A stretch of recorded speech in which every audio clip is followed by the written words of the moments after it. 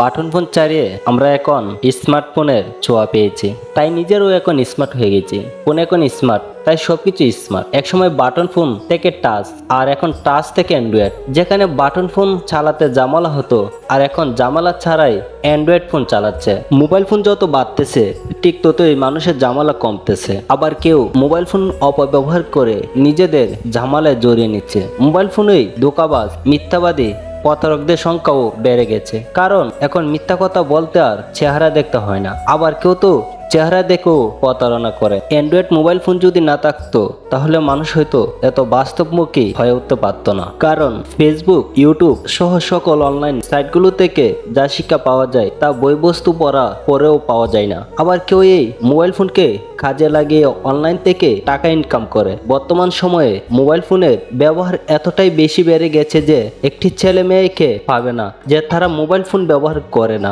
কিছু মানুষ mobile phone হাতে নিয়ে সময় পার করে দিচ্ছে। আবার কেউ এই মোবাইল ফোন না পেয়ে স্কুল কলেজে যাওয়া বন্ধ করে দেয়। প্রাইমারি স্কুল থেকে হারিয়ে যাওয়া বন্ধুগুলোকে খুব সহজেই খুঁজে পাওয়া যায়। মনে রাখবেন, বর্তমান সময়ে সকল বয়সী সকল কিছু পাওয়া যাচ্ছে এই মোবাইল ফোনে। তাই পরকালের কথা চিন্তা করে মোবাইল ফোন সঠিক নিয়মে ব্যবহার করেন। মোবাইল ফোনে অপব্যবহার থেকে দূরে থাকুন। বাস্তবমুখী কথাগুলোকে মূল্যায়ন করে অন্যকে দেখার সুযোগ ও শেয়ার করে দিন।